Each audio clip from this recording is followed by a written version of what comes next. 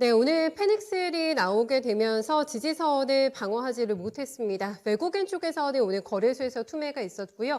개인들의 포기 매물이 코스닥 쪽에서 나오게 되면서 굉장히 생채기가 컸던 시장입니다. 과연 3천과 1천에 대한 복원력을 기대할 수 있을지, 그리고 당분간은 하단이 더 낮춰질 가능성도 대비를 해야 되는지라, 그렇다면 또 어떤 전략이 필요할까, 이런저런 생각들 많이 하시면서 또 내일장 준비하실 것 같거든요. 내일장을 위한 필승 전략 세워보겠습니다. 네, 절대 전략의 손영채 차장입니다. 차장님 안녕하세요. 네, 안녕하세요. 네, 오늘 객장에서도 투자자분들한테 이런저런 걱정 어린 질문들 좀 많이 받으셨을 것 같거든요. 먼저 정리해 보겠습니다. 오늘 장 한마디 어떻게 주시겠어요? 네, 오늘장 한마디는 담금질의 미학으로 어, 정해 보았습니다. 네, 오랜만에 듣는 단어입니다. 담금질이라는 단어를 사용을 하셨는데 시장이 더 뭐라고 해야 될까? 단단해지기 위한 과정이라는 말씀이세요? 차장님? 네, 네. 정확하게 짚어주신 것 같고요. 아무래도 우리 시장 대체 연휴로 휴장한 동안 중국 헝다그룹의 거래 정지, 그리고 부채 한도를 둘러싼 미 정치권의 불확실성 확대에다가 국제 유가 상승으로 커진 인플레이션 압력 등 살아나는 듯했던 투심을 얼어붙게 만드는 대외 악재들이 많이 나왔습니다. 여러 잡음들이 있지만 근본적인 문제는 결국 경기 불안 그리고 물가 상승 압력 지속 이에 따른 글로벌 공급망 불안이 장기화된 데 따른 여파라는 생각이고요. 이런 부분들은 글로벌 공급망 안정화 시그널이 확인되기 전까지는 계속해서 시장 상승의 방해 요소가 될 것 같습니다. 당분간 현재 상황이 크게 변하지 않을 가능성에 대해 경계하시면서 리스크 관리에 집중할 필요가 있어 보이고요. 다만 모멘텀이 약해진다고 주가가 항상 빠지는 건 아니기 때문에 이런 현상들은 주로 밸류에이션이 높은 주식들에나 해당이 되는 얘기일 것 같고요. 코스피의 올해 기준으로 11.6배입니다. 내년 기준으로 11.3, 3배인데 상식적으로 비싸다고 보기 어려운 것 같고요. 3분기 실적 모멘텀이 작용하는 10월이 지나면 내년 이익 전망의 개선이 확인되기 전까지 지수는 박스권에서 움직일 확률이 높은데요. 등락이라는 당금질, 이런 당금질이 끝나고 나면 더욱 단단한 우상향의 패턴을 보여줄 수 있을 거라는 생각이고요. 그 전제는 2022년에 대한 기대를 보여줄 수치들이다. 이렇게 정리를 하시면 될 것 같습니다. 네. 담금질의 과정이 너무 길지 않기를, 너무도 고되지 않기를 좀 바라봐야 될 것 같은데, 그래도 필요한 과정이지 않겠습니까? 네, 그런 측면에서 지금의 시장을 저희를 이해를 좀 하면 좋겠다라는 생각을 같이 하게 되고요. 그렇지만 오늘 장에 조금 더 저희 공포감을 자극할 만한 요인들이 많이 포착이 됐던 것 같아가지고, 오늘 장에서 좀 주의 깊게 보셨던 체크 포인트들은 어떤 게 있을까요? 네, 오늘장 체크포인트. 우선 첫 번째로는, 시황인데요. 외국인 현선물 동시 순매도 속에 6개월 만에 코스피 3,000포인트 선이 붕괴가 되었습니다. 코스닥 지수 역시 지난 5월 이후 처음으로 장중 950포인트 선을 터치를 했고요. 선물과 코스닥 시장의 경우에는 장 마감 기준으로는 순매수로 돌아섰지만 말 그대로 휴장 이후 세게 얻어맞은 것 같은 그런 하루였던 것 같습니다. 코스피에서 특징적인 섹터는 의약품 업종인 것 같은데요. 아무래도 코로나19의 치료제와 관련하여 머크 등 해외 쪽 기업이 속도를 내면서 셀트리온이나 녹십자 등 대형주 주가가 큰 폭으로 하락을 했고요. 업종 전반의 투심이 꺾인 가운데서도 HK 이노엔과 같이 머크와 백신 판매 유통 계약을 체결했던 기업들은 엄청난 상승을 보여줌으로써 온도차 확대에 기여를 한 것 같습니다. 코스닥 시장의 경우에는 성장주, 투자 심리 약화로 인해서 급락을 했지만 게임과 엔터 그리고 위드 코로나 관련 일부 종목들의 움직임이 괜찮았고요. 외국인 순매수 전환하면서 낙폭은 축소되는 모습을 보이다가 오후 들어 하락을 좀 키운 그런 모습이었습니다. 두 번째로는 수급 그리고 외국인 매매 동향 잠깐 말씀을 드릴 텐데요. 앞서 말씀드렸듯이 경구용 치료제 임상 3상 중인 신풍제약을 제외하면 대부분의 대형 바이오주 낙폭이 컸습니다. 특히 셀트리온 그룹 10% 이상 하락이 눈에 띄었고요. 하반기 타이트한 동박 수급과 증설 계획 등 실적 기대감으로 인해서 일진 머티리얼즈가 6.3%대 상승을 하면서 선방을 했습니다. 코스닥 시장에서는 자회사 게임빌 플러스의 국내 3대 암호화폐 거래소 코인원의 2대 주주 등극으로 게임빌이 큰 폭으로 상승한 가운데 데브 시스터즈 그리고 위메이드 등 게임주 상승이 눈에 띄었고요. 그 외에 오프라인 공연 재개 기대감으로 인해서 SM과 YG 엔터테인먼트, JYP 엔터 등 엔터 업종의 상승이 좋았습니다. IT 쪽에서 대주전자재료와 디스플레이텍 이 업종 내 차별화된 주가 흐름을 보여준 것이 특징적이었다고 할 수 있겠고요. 올해의 종목으로 대두되었던 한국 BNC 3거래일 만에 절반 넘게 하락하며 하락률 상위 종목의 이름을 올렸습니다. 끝으로 외국인 수급 동향을 살펴보면 코스피 시장에서는 HMN 그리고 SK이노베이션을 사고요.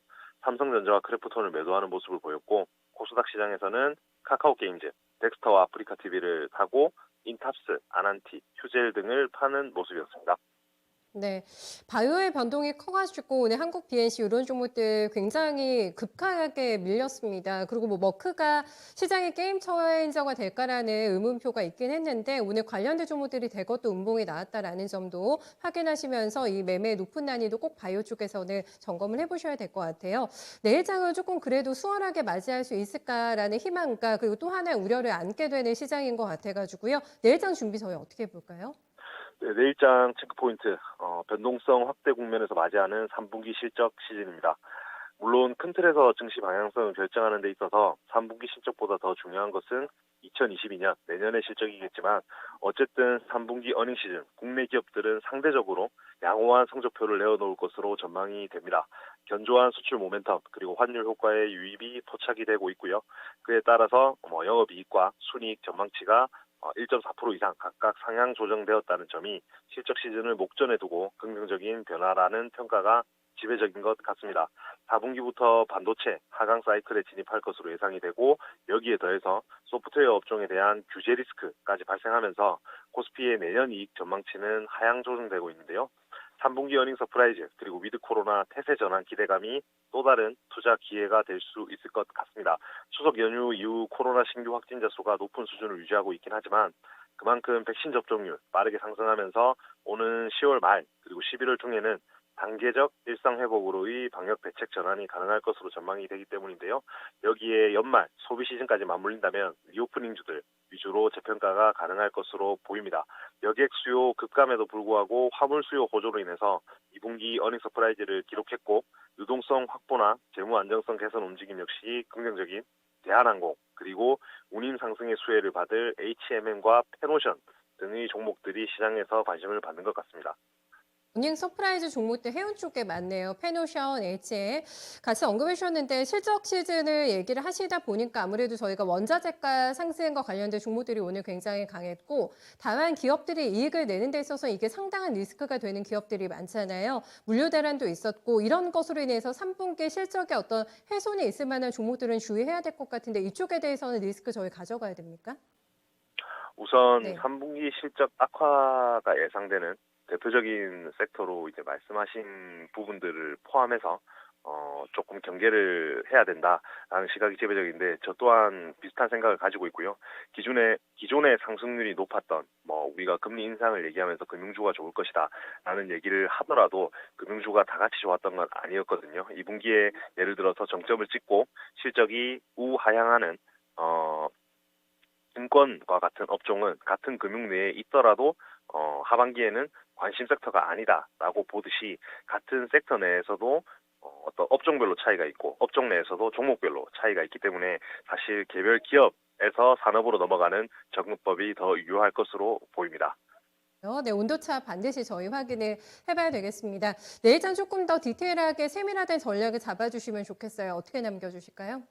내일장 네. 체크포인트에 이어서 말씀을 드리면 진정한 악재가 소멸되는 시점은 결국 실적 눈높이가 조정되는 시점이다. 라고 보시면 될 것 같은데 아시아 일부 국가를 제외한 글로벌 증시 전반적인 하락은 지속되고 있는 상황이고요. 이익 모멘텀 역시 둔화되고 있는 상황입니다. 오히려 이러한 환경들 속에서 역으로 이익 모멘텀과 서프라이즈를 낼 수 있을 것 같은 개선을 주도할 수 있는 종목에 주목해야 된다는 판단이고 대표적으로 앞서 말씀드렸던 대한항공을 포함해서 LG 이노텍과 은행 쪽의 BNK 금융지주 등의 종목들이 어떤 컨센서스 변화 상위 종목이면서 서프라이즈를 기대해 볼 수 있는 종목들이라는 생각이고요. 헝다 사태나 미 부채 한도 협상, 에너지 가격 급등, 중국 정전과 공급 병목 현상 등은 이미 알려진 재료라는 관점에서 결국 실적이 좋아질 것인가, 눈높이를 충족시킬 수 있을 것인가에 주목하는 게 맞는 것 같고요. 이와 관련해서 끝으로 개인적인 탑픽으로 이오플로우라는 종목을 추천을 드리는데요. 쉽게 말해서 인슐린 분비를 돕는 인공췌장이라 불리는 이오 패치를 개발해서 세계에서 두 번째로 상용화에 성공한 기업이고요. 일형 당뇨의 치료와 관련한 의료기기 기업이다라고 보시면 될 것 같습니다. 작년 9월 상장을 해서 8만 원 위에서 고가를 형성한 후에 긴 시간 조정을 받은 상태이고요. 건강보험 적용 이슈 그리고 유럽 인증으로 인한 유럽 시장 진출에 중국 조인트벤처를 통한 중국 시장 개화가 핵심 투자 포인트가 되는 회사다라고 보시면 되고 2022년 실적 상향 역시 기대되는 종목이기 때문에 이 종목 관심 한번 가져보시면 좋을 것 같습니다. 네, 어려운 시장에서 또 탑픽까지 공개해 주셔서 감사드려요. 차장님 말씀 잘 들었습니다. 네, 감사합니다. 네, 종목으로 이 시장을 이겨내야 될 것 같습니다. 시장을 이길 수 있는 어떤 특화된 모멘텀을 가지고 있는 종목들 잘 서칭해 보셔야 될 것 같고요. 개인적인 사견을 이렇게 또 공개해 주시네요. 네, 이오플로와 관련해서는 웨어러블 인슐린 주입기기 업체로 보실 수가 있겠는데 성장성 감안하시면서 네, 어려운 시장에 또 승자가 될 수 있으면 종목일지 잘 점검해 보시면 좋은 결과 있으실 것 같습니다. 오늘 너무 수고 많으셨습니다. 저희도 마무리 인사 드릴게요. 투자 판단에 대한 다양한 도움 말씀 전해드렸고요. 특정 종목의 상승과 하락을 보장하지는 않습니다. 종목 고민은 진짜 쉬운 진단에서 이어지니까 많이 참여해주세요. 네, 고맙습니다.